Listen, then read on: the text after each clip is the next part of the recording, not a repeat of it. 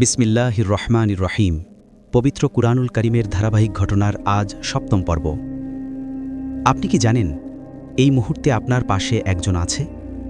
সে আপনাকে দেখছে, সে আপনার চিন্তাকে প্রভাবিত করছে এবং কুরআন বলছে সে প্রতিজ্ঞা করেছে তোমাকে ধ্বংস করবে। তার নাম ইবলিস। এই ভিডিওতে জানব শয়তান ইবলিসের সকল কুকর্ম, তাই ভিডিওটা শেষ পর্যন্ত দেখুন।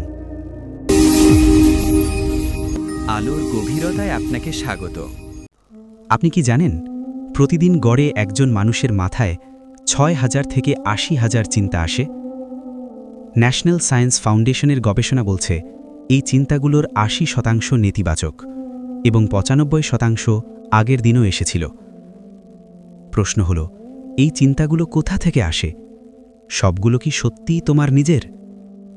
আল্লাহর নবী সাল্লাল্লাহু আলাইহি ওয়াসাল্লাম ১৪০০ বছর আগে বলে গেছেন, সাহিহ বুখারী হাদিস নম্বর ৩২৭৬, শয়তান মানুষের রক্তনালীতে চলে যেভাবে রক্ত চলে।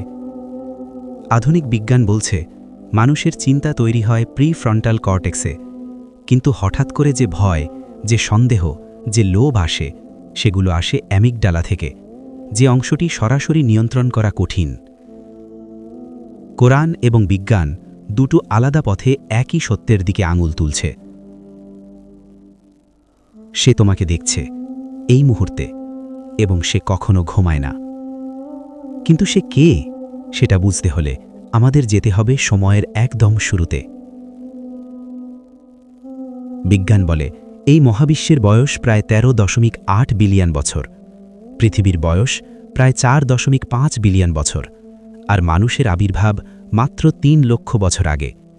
এই বিশাল সময়ের বেশিরভাগ জুড়ে পৃথিবীতে কোনো মানুষ ছিল না, কিন্তু কোরআন বলছে সেই সময়েও কেউ ছিল। সূরা বাকারা আয়াত ৩০। ফেরেশতারা আল্লাহকে জিজ্ঞেস করেছিল, তুমি কি পৃথিবীতে এমন কাউকে রাখবে যে সেখানে বিপর্যয় ঘটাবে এবং রক্তপাত করবে? ফেরেশতারা আগেই জানত মানুষ আসলে কেমন হবে, কিন্তু আল্লাহ বললেন, আমি যা জানি তোমরা তা জানো না।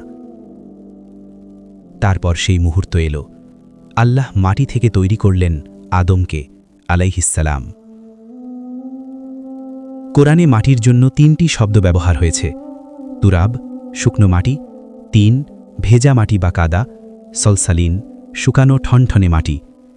বিজ্ঞান আজ নিশ্চিত করেছে মানব শরীরের মৌলিক উপাদানগুলো oxygen, carbon, hydrogen, calcium, phosphorus, এগুলো হুবহু মাটির উপাদান। পৃথিবীর মাটিতে যে ২৮টি মৌল আছে, মানব দেহেও সেই ২৮টি মৌল বিদ্যমান। আল্লাহ সৃষ্টি করলেন এবং তার রূহ ফুঁকে দিলেন। সূরা হিজর আয়াত ২৯। যখন আমি তাকে সুঠাম করব এবং তার মধ্যে আমার রূহ ফুঁকে দেব, তখন তোমরা তার সামনে সিজদায় পড়ে যাও। আকাশ ভরা ফেরেশতা সিজদায় পড়ে গেল, একজন ছাড়া। এই সত্তার নাম ছিল আজাজিল, পরে পরিচিত হবে ইবলিস নামে। সে কে ছিল সেটা জানা দরকার। কোরআনে জিনদের সম্পর্কে বলা হয়েছে সূরা হিজর আয়াত ২৭, আর জিনকে আমি আগে সৃষ্টি করেছি অত্যন্ত উত্তপ্ত আগুনের শিখা থেকে। বিজ্ঞান বলে প্লাজমা হল পদার্থের চতুর্থ অবস্থা। এটি অত্যন্ত উচ্চ তাপমাত্রায় তৈরি হয়।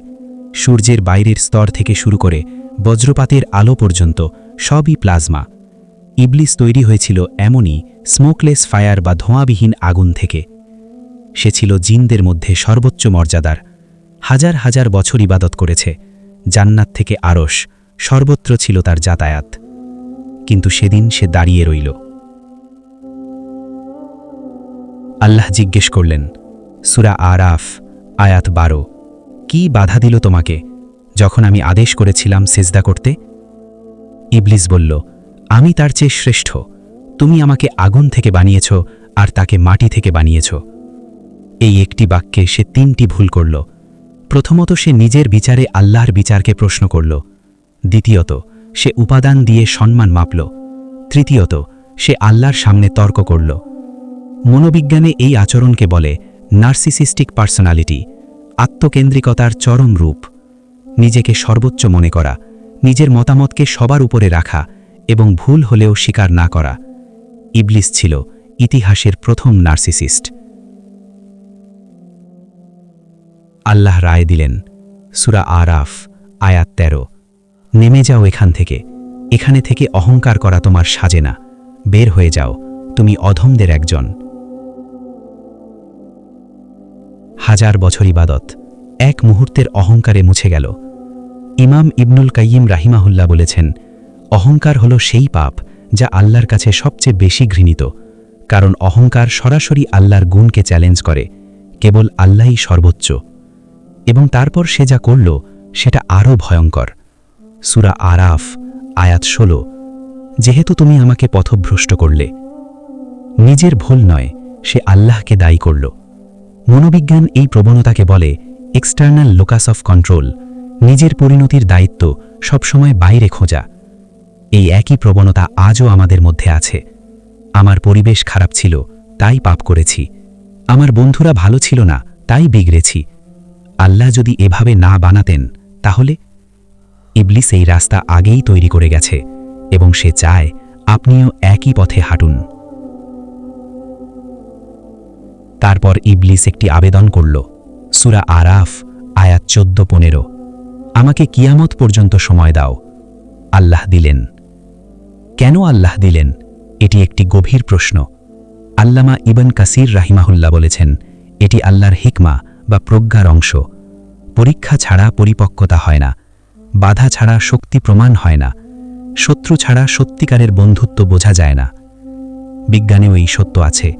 স্ট্রেস বায়োলজি বলে, মাঝারি মানের চাপ বা ইউস্ট্রেস মানুষের মস্তিষ্ককে শক্তিশালী করে, সমস্যা মোকাবেলা করার ক্ষমতা বাড়ায়।